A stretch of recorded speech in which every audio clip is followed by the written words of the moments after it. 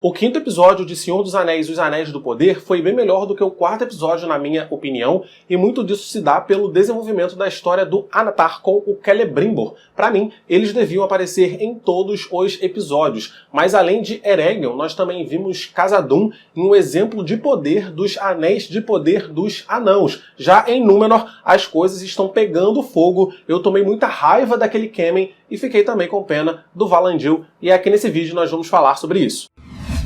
Fala galera, aqui é o Matheus Mendes, sejam muito bem-vindos a mais um vídeo aqui do canal. Mais um vídeo pra gente falar de O Senhor dos Anéis, Os Anéis de Poder. A gente tá tendo a cobertura semanal dos episódios aqui no canal Matheus Mendes. Então se você tá assistindo a série e tá gostando da minha cobertura, eu convido você a se inscrever no canal se não tá inscrito, ativar o sino de notificação e me seguir no Instagram também, que vocês me dão uma força por lá e vocês acompanham também o conteúdo exclusivo que eu levo pra lá. No começo do episódio nós vimos o rei Durin III olhando com um olhar de cobiça para os 7 anéis do poder dos anãos que Anatar os presenteou. E grande parte do plot desse episódio foi ver esse rei Durin III agindo diferente, né? Agindo estranho, como se ele estivesse sendo influenciado por uma presença maligna. Mas isso não tá acontecendo, tá? Sauron / Anatar, por enquanto, não está influenciando ninguém que utiliza dos anéis de poder. O plano de Sauron é distribuir todos esses anéis que ele colocou à sua mácula para depois ele criar um anel. E aí sim, com um anel ele controlaria todas as pessoas que estão usando os outros anéis de poder que ele criou. Sim, o anel de poder que o rei Durin III está usando contém a mácula de Sauron, mas as ações do rei Durin III aqui nesse episódio estão na conta dele mesmo, influenciado pelas novas habilidades que o anel de poder deu a ele. Mas que habilidades são essas, Matheus? Então, vamos entender. O poder desses anéis de poder é um poder bem sutil. Ninguém que coloca um anel, né, fica super poderoso, a pessoa não solta raio da mão, sabe, rajada de fogo. A magia no universo Tolkien, ela é diferente. Inclusive, conforme o tempo vai passando, né, conforme as eras vão avançando, a magia vai ficando cada vez mais rara, até ela quase nem existir, sabe? Até as pessoas nem se darem conta da existência dela mais. Inclusive, tem um momento no livro O Senhor dos Anéis, A Sociedade do Anel, em que próprio Gandalf, que é um mago, ele não consegue produzir fogo porque na ocasião ele não tem combustível. Então assim, o mago, ele não consegue fazer brotar fogo do nada, porque a magia nesse universo é uma magia sutil. E como eu falei, o poder do anel é um poder sutil. Não é nada muito extravagante, não é nada que chama muito a atenção. E o poder, ele consiste basicamente em retardar a decadência das coisas. Enquanto Bilbo utilizava um anel, ele não envelhecia, porque o anel preservava a sua juventude. Esses anéis de poder também realçam os poderes naturais das pessoas que os utilizam. Ou seja, o anel te torna sobrenaturalmente melhor naquilo que você já faz de melhor. Tipo, se você já é uma pessoa muito boa de lábia, o anel te transformaria numa pessoa sobrenaturalmente boa, capaz de manipular multidões. Se você já é uma pessoa muito persistente, o anel elevaria essa sua habilidade a milhões. O anel amplia tudo que você já tem dentro de você. E isso te torna muito sábio, isso te torna muito forte, isso te torna muito poderoso. Então, basicamente é esse o poder, né? Ampliar as habilidades que o portador já tem. E se você é uma pessoa muito ambiciosa, utilizando o anel, você vai se tornar ainda mais ambicioso. No caso dos anãos, o anel expande a habilidade que eles têm de dominar a rocha e de produzir riquezas, mas ao mesmo tempo acaba ampliando a ganância deles. Então vocês entendem que é apenas a personalidade do Durin III que está jogando contra ele? O anel que ele está usando só está ampliando uma coisa que já estava ali dentro dele. Entendem? É por isso que as pessoas que utilizam esses anéis, elas são tão facilmente corruptíveis, por conta das próprias falhas que elas já carregam. E Sauron não tem nada a ver com isso. E como nós vimos aqui nesse episódio um exemplo, os anéis que serão dados aos homens tem o poder de fazer a pessoa que usa ficar invisível, e essa pessoa também consegue enxergar um outro plano de existência, que é o plano espiritual. Aquela elfa, a Mirdania, ela colocou o anel de poder dos homens e ela saiu, né? Ela ficou invisível e ela conseguiu enxergar Sauron por quem ele realmente é. Embora ela não tenha entendido muito bem a sua visão, né? Ela falou, nossa, eu estava em um lugar igual a esse. Não, ela estava no mesmo lugar, só que no plano espiritual. A pessoa com a pele em chamas que ela viu é o próprio Sauron. É a pessoa que está ali bem na frente dela. Dominado pela ambição, Durin III ofereceu os outros 6 anéis a outros 6 reis anãos,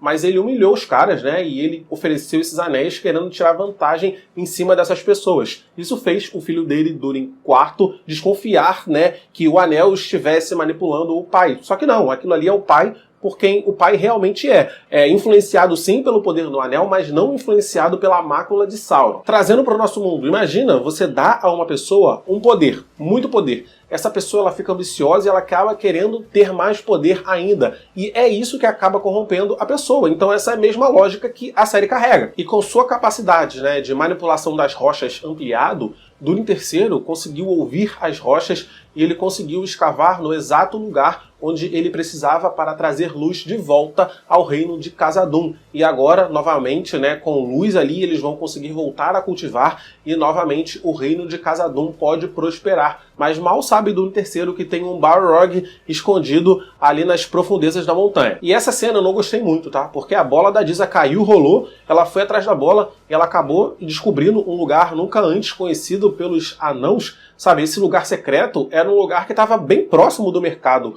Um lugar muito movimentado, um lugar muito lotado, um lugar que tem anão à torta e à direita. Então, assim, ela foi a primeira pessoa a descobrir esse lago subterrâneo em um lugar tão próximo do mercado, sabe? Isso não me convenceu muito. Agora, a manipulação que o Anatar tá fazendo na cabeça do Celebrimbor, essa sim merece o meu elogio. Tá sendo muito interessante ver como que ele consegue manipular psicologicamente as pessoas. A própria Galadriel, na temporada passada, que ela estava buscando por Sauron, ela estava procurando o mal em todos os lugares, ela de certa forma caiu na lábia dele, né, na lábia de Halbrand, e começou a confiar nele até certo ponto. Então, assim, pro Anatar enganar o Celebrimbor é brincadeira de criança. E grande parte do plano de Anatar já foi concluído, né? Os 7 anéis de poder dos anãos já foram forjados e já foram distribuídos. Agora ele quer forjar os 9 anéis de poder dos homens e assim ele terá controle sobre todas as raças da Terra-média, com exceção dos elfos. Mas Celebrimbor é contra, afinal de contas, na Batalha da Ira, a batalha que finalizou a Primeira Era, a batalha dos Valar contra Morgoth, muitos homens lutaram por Morgoth. Muitos homens cultuavam Morgoth. Então, assim, os elfos têm pé atrás com os humanos, sim, porque o que ele falou é verdade, né? Os homens são facilmente corruptíveis. Mas Anatar foi esperto o suficiente para citar 3 figuras históricas, 3 humanos, homens históricos e admirados por todo mundo na Terra-média. Anatar citou Earendil, Tuor e Beren.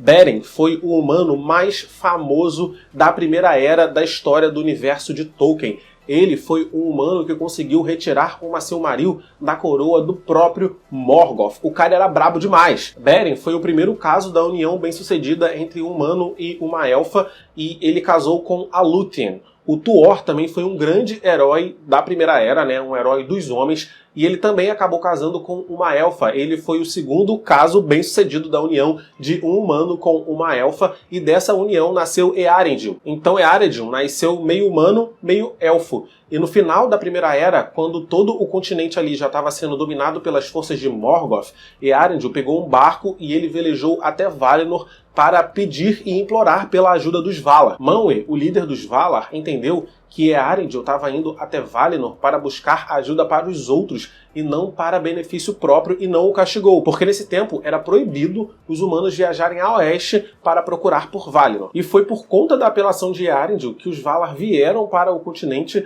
para batalhar e para derrotar o Morgoth de uma vez por todas. O Sauron conhece muito bem essas figuras e odeia todas elas, mas ele soube citá-las no momento certo para manipular o seu inimigo. E eu gostei também da forma como ele conseguiu manipular a cabeça do Celebrimbor, mesmo com tudo depondo contra ele. A elfa que colocou o Anel dos Homens, né, e viu Sauron por quem ele realmente é, quando ela tirou o anel, ela disse que era como se tivesse uma figura e uma presença maligna entre eles ali o tempo todo. Logo após isso, Durin IV chegou ali em Eregel para falar com Celebrimbor, disse que o pai dele nunca foi ambicioso e que tinha alguma coisa errada com o anel, ou até mesmo alguma coisa errada com a pessoa que forjou o anel, Anatar. Então o Durin levantou abertamente desconfianças contra Anatar, colocando suspeitas na cabeça do Celebrimbor. Mas ele deu um jeito de virar esse jogo e falar que isso era culpa do próprio Celebrimbor por ter mentido para o alto rei dele, o Gil-galad. E a única forma agora deles redimirem esses anéis era criando mais 3 anéis, né, os 3 anéis perfeitos para redimir os 3 anéis dos elfos, e assim o Anatar deu uma volta no Celebrimbor mais uma vez. Ele ainda conseguiu fazer a elfa acreditar que a figura maligna que ela viu quando estava no mundo espiritual era o próprio Celebrimbor. Sério, Anatar tá dando nó em pingo d'água. Essa parte dele na série pra mim tá sendo a melhor parte da temporada. Em Númenor, o bicho tá pegando. Depois de Pharazôn usurpar o trono da rainha Miriel, ele está colocando em prática diversas leis para prejudicar aquelas pessoas que são fiéis aos Valar na ilha. E da conversa que ele teve com o filho dele, deu para ver muito o motivo dele estar fazendo isso, né? Inveja. Ele tem inveja porque os elfos são imortais enquanto eles só vivem 500 anos. Sério, os homens númenóreanos vivem 5 vezes mais do que os humanos comuns, mas o Pharazôn, ainda assim, ele tem inveja da imortalidade dos elfos. Sendo que nesse universo, a morte ela não é vista como um castigo para os Valar. A morte natural, né, na verdade, é um presente dado pelo Criador, o Eru Ilúvatar,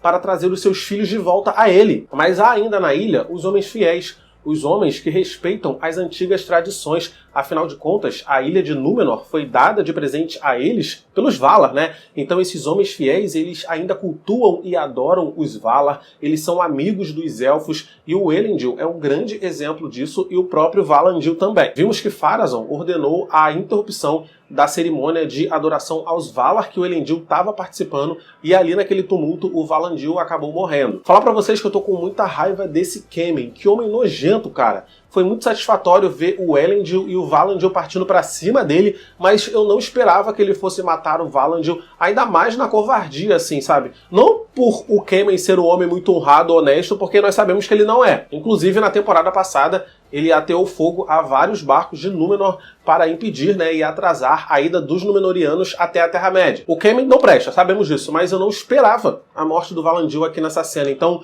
eu fiquei surpreso com essa cena, sabe? Eu tô bem ansioso já pra ver a queda de Númenor, eu tô doido pra ver essa ilha afundando e o Kemen afundando junto com ela. Mas ainda deve demorar pra gente ver a queda de Númenor, mas eu quero muito ver também a Eärien afundando junto com todo mundo, porque ela pra mim é pior que o Kemen, porque, cara, a Eärien, ela tá indo contra o próprio pai. Ela tá agindo contra a pessoa que a criou, né? E que aparentemente deu pra ela todo o carinho. Mas assim, só por aqueles frames que a gente viu nas visões que a Miriel teve na Palantire, né? Da água tomando conta de Númenor, eu tenho certeza que essa cena vai ser espetacular. Eu desconfio que deve ser, inclusive, a melhor cena da série, sabe? A melhor sequência. Se eles fizerem bem feito, a cena dessa ilha afundando vai ser, assim, sensacional. Não posso esperar pra assistir isso. Mas no final desse episódio, nós vimos que os orcs de Adar chegaram em Eregion e o próximo episódio promete uma batalha insana. E eu tinha comentado pra vocês, na análise do episódio anterior, que eu tava achando bem capaz da Galadriel se unir ao Adar nesse ataque contra Eregion. Afinal de contas, o Sauron/Anatar está lá